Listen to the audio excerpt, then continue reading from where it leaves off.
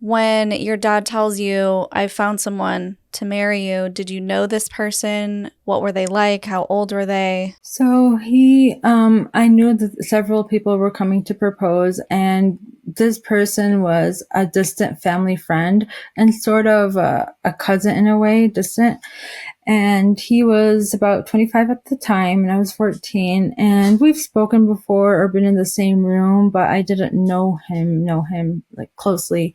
So for me, in my eyes, I thought, wow, well, this person's at least closer to my age. At least he seems nice. So I knew I had to agree to somebody. So I thought to agree to the best option was my only choice. Is that common to get married so young? I'm completely unfamiliar with what it's like culturally in the Middle East. And so I just want to get an understanding if it's normal to get married at such a young age. It is not looked down upon. It is normal for girls in the Middle East to get married once they're developed, when it comes to, puberty, because they're able to carry a child and start a family.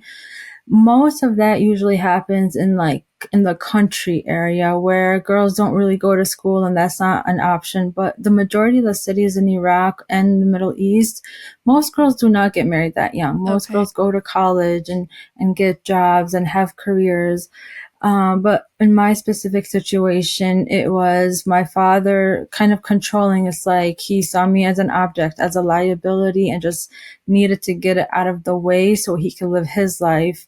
And then once I was passed on to my husband, then his control and his ways, I was under his authority in a way. Okay. What about your other younger sisters? After I got married, my engagement was about 10 days long, and it was just something really quick. Like, it wasn't most girls that even do get married or even young, they have that engagement opportunity to get to know their fiance, Okay. to get to pick out the bedroom or their room or their, everything that comes with getting married. For me, it was like, just take her, just like take Oh, whatever you have. Like, I don't even care. Like, I'm not going to fight for rights for my daughter, whatever it is, like whatever you want in the house, just like take it and get it like off my back type situation. And I didn't realize that until later, but because my dad never stood up for my rights as a woman, my husband didn't give me any rights in any kind of way. So my dad really set the foundation for me very, very poorly. yeah. After he got rid of me and I got married, after a few weeks, he did a visa for his wife and brought her and my siblings back to America. So then I was totally alone in Iraq Oh. with nobody. Oh my gosh. Okay, so I'm a little unfamiliar with you talked about your dad setting the rights. What does that mean exactly? Could you explain that? I know there's different, Islam is portrayed in different ways, and you probably have heard when women get married, people will say that their dad is given a bunch of money, the dowry.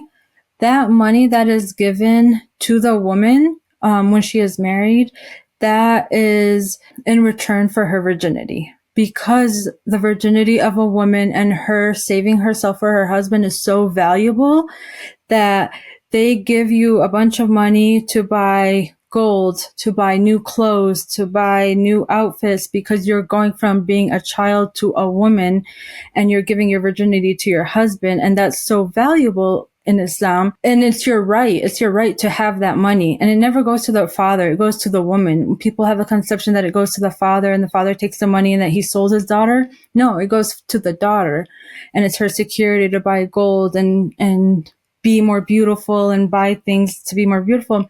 And if you talk to any Middle Eastern woman or a Muslim woman here in America now, they'll say my dowry is like nothing less than 50 grand, 100 grand, and a house and a car, like, because this is what I deserve. I've saved my body for you and I'm Mm. giving my life to you, because a woman is valuable. But the culture and the religion are two different things. And my dad was not a religious man. He was more like, I just he was very just selfish, and the culture of him being worried that I would get a boyfriend or that I would do something wrong or give my body to somebody. He wanted to eliminate that at all costs and just give me away. So he never fought for my right for things like that. Okay.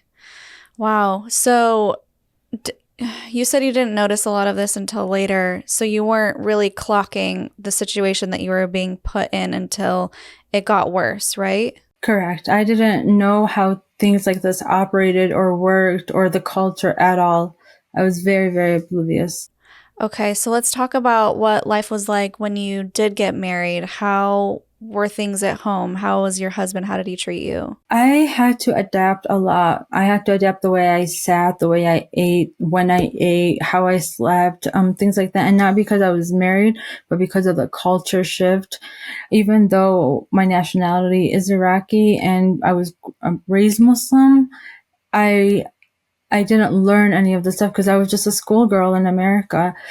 In the beginning, it was fine, but it was very much like, no, you can't sit here, you can't do that, you can't do that. Like everything was controlled. What I ate, like I said, what I ate, when I ate, I wasn't allowed to leave the house at all without his permission or his presence. The person that I was married to was 10 times more controlling than my father. Mm. So even going to the market with his mother, things like that, that was not an option. Oh my gosh. So you said even the way you slept. How would you have to change the way that you slept? Oh, you don't go to sleep until your husband comes home and you satisfy him, make sure he's okay, make sure he has everything you need, or that he needs. So you don't get to just sleep whenever you want type thing. You got to make sure all the housework was done. You have to make sure that everybody else is fed first, things like that. Oh, wow. How did you adjust to this? You're 14 years old and now everything, every facet of your life is controlled in a culture that you weren't really familiar with. It was really hard. I took a lot of hard hits physically before I learned to cooperate Mm. in a way, because my dad never stood up for me, never cared about my well-being. My husband knew that, and he knew that. And it's like he knew what he could get away with, and he was going to get away with as much as he could. So whenever I would say, it's like, oh, I don't want to have intercourse like tonight, I'm tired. And he's like, oh, okay. So he'll just drag me by my hair in the room with his hand on my mouth. And he'd be like, okay, how about now? Like, are you ready now? Oh my And gosh. then I quickly learned that in order to physically and mentally say safe, I just needed to follow. Yeah, just comply. Hmm. Wow, that's terrifying. Okay, so I know from your interview with Yasmin, you ended up getting pregnant fairly quickly at 15 years old. What's going through your mind at that point? To be honest with you, I don't remember. There's a lot of memories I do block, Hmm. but I don't remember much of my pregnancy. I know I didn't get any prenatal care with any of my pregnancies with all three. Whatever I was going through at the time, I don't remember. I never had communication with my parents unless it was through his phone. Maybe once a month or so they would call and it would be on speaker and he would have to listen to everything. So, and at the time my siblings were still in middle school, so they didn't have phones to call me. They were also controlled by my father. So the only calls that I would get would be like him and my mother here and there, but I I don't remember. Like, I don't remember talking to anybody. I don't remember, journaling. I don't remember what I was going through because it just feels like a lifetime away.